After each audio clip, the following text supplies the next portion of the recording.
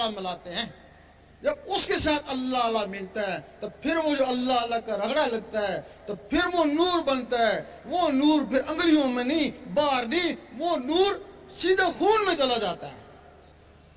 خون سے پھر وہ نور نسوں میں چلا جاتا ہے. نسوں سے ہوتا ہوا وہ روحوں تک پہنچ جاتا ہے. پھر وہ روحیں بیدار ہو کے اللہ اللہ کرنا شروع کر دیتی ہیں. میرا شاہی بن کر مست ملنگ رہیں گے. پھر جب وہ نس میں نور جاتا ہے، وہ جو نفس ہے وہ ناف میں ہے، وہ نور اس کو چاروں طرف سے گھیر لیتا ہے. اس کو بعد سے جو غذا آتی ہے وہ نور کی گرمی سے جل جاتی ہے. وہ نفس امارہ تھا، اس کی شکل کتے کی طرح تھی، پھر نور سے اس کی شکل بیل کی طرح ہو جاتی ہے. پھر وہ نور کی زیادتی سے اس کی شکل بکرے کی طرح ہو جاتی ہے. پھر نور سے اس کی شکل اسی انسان کی طرح ہو جاتی ہے. پھر وہ انسان نماز پڑھتا ہے، ساتھ وہ بھی نماز پڑھتا ہے. وہ ذکر میں جھومتا ہے، وہ بھی ساتھ ذکر کرتا ہے. پھر اس کو پکڑ کر حضور پاک کی محفل میں لے جاتے ہیں. اس وقت حضور پاک اور حاضرین عش عش کر اٹھتے ہیں، آفرین ہے اس کے اوپر اور اس کے مرشد کے اوپر. کتے کو پاک کیا، انسان بنایا اور محفل میں لے آیا.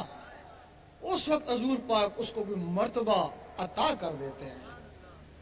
مجدد صاحب فرماتے ہیں کہ مبتدی کو چاہیے کہ پہلے اللہ کا ذکر کرے، پھر منتہی کو چاہیے کہ قرآن پڑھے. فرماتے ہیں کہ قرآن ان لوگوں کے قابل نہیں جن کے نفس کتے ہیں. جب نفس پاک ہو جائے تو پھر قرآن پڑھے، پھر وہ قرآن اس کے اندر اترے گا. پھر ایک لمحہ فکریہ 100 سال کی عبادت سے بہتر ہے. پھر قرآن فرماتا ہے ہدی للمتقین، میں ہدایت کرتا ہوں پاکوں کو. اللہ، جب وہ پاک ہوا تو قرآن اس کے اندر اترا نا، تو پھر اس کے اندر جو کالے الفاظ درج تھے وہ نور سے چمکنا شروع ہو گئے نا. تو پھر علامہ اقبال نے فرمایا قاری نظر آتا ہے لیکن حقیقت میں ہے قرآن. المدد المدد یا غوث المدد، المدد المدد یا غوث المدد. جب وہ نفس اس کا پاک ہو گیا تو وہ خود پاک ہو گیا. ایک ہی چیز ناپاک تھی، وہ پاک ہو گئی، وہ ساری پاک ہو گیا. اگر وہ عام آدمی تھا تو قرآن سے اس کو ہدایت حاصل ہو گئی. اگر وہ عالم بھی تھا تو پھر وہ نور علی نور بن گیا نا. اس کو عالم ربانی کہتے ہیں نا. اسی نے پھر کافروں کو مسلمان بنایا نا. ایسے عالم کی توہین دین اسلام کی توہین ہے. اور ایسی عالموں کے لیے حضور پاک نے فرمایا میرے عالم بنی اسرائیل کی نبیوں کی مانت ہے. اور جن لوگوں نے نفس پاک ہونے کے بغیر قرآن سے ہدایت پانے کی کوشش کری وہ تو گمراہ ہو گئے اور 72 فرقے بنا دیے. وہ لوگ ان کو عالم سو کہتے ہیں.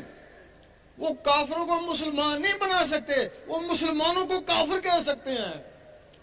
عالم ربانی نے جہاں فتنہ ہوا مٹایا، اور یہ جو عالم سو ہیں روزانہ ایک فتنہ کھڑا کر دیتے ہیں.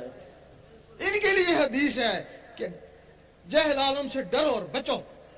اس صحابہ نے پوچھا عالم بھی اور جہل بھی؟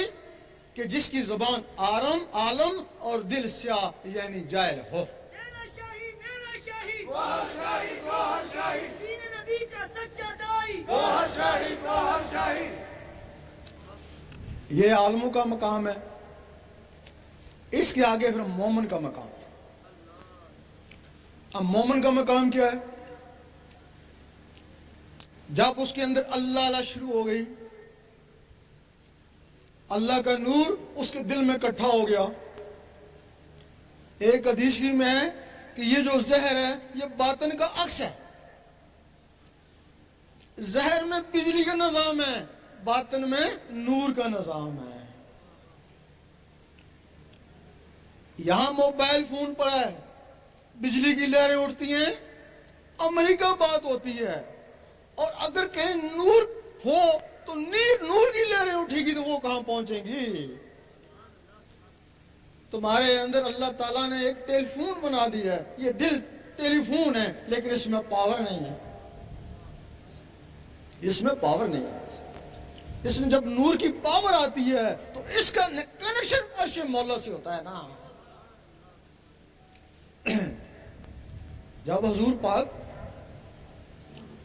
معراج میں گئے تو اللہ تعالیٰ نے آپ کو تحفے پہ نمازیں دی کہ اپنی امت کو یہ تحفہ دے دینا، وہ 5 وقت مجھے یاد کریں گے، میں ان کو یاد کروں گا۔ اب وہ تحفے نیچے آ گئے، وہ نمازیں تحفے ہیں اللہ کے لیے، اب وہی تحفے کسی کی نماز صورت بن گئی اور کسی کی نماز حقیقت بن گئی۔ اللہ تعالیٰ نے حضور پاک کو فرمایا قل واللہ احد، کہہ دیجئے اللہ ایک ہے۔ آپ نے آمین کہا۔ حضور پاک نے لوگوں کو کہا کہہ دو اللہ ایک ہے، جنہوں نے آمین کہا مسلمان ہوئے، جنہوں نے نہیں مانا کافر، جنہوں نے ہیل و جد کری منافق۔ اب مسلمان کس کو کہتا ہے کہہ دے اللہ ایک ہے؟ روز کہتا ہے، گھڑی گھڑی کہتا ہے، دھیرے دھیرے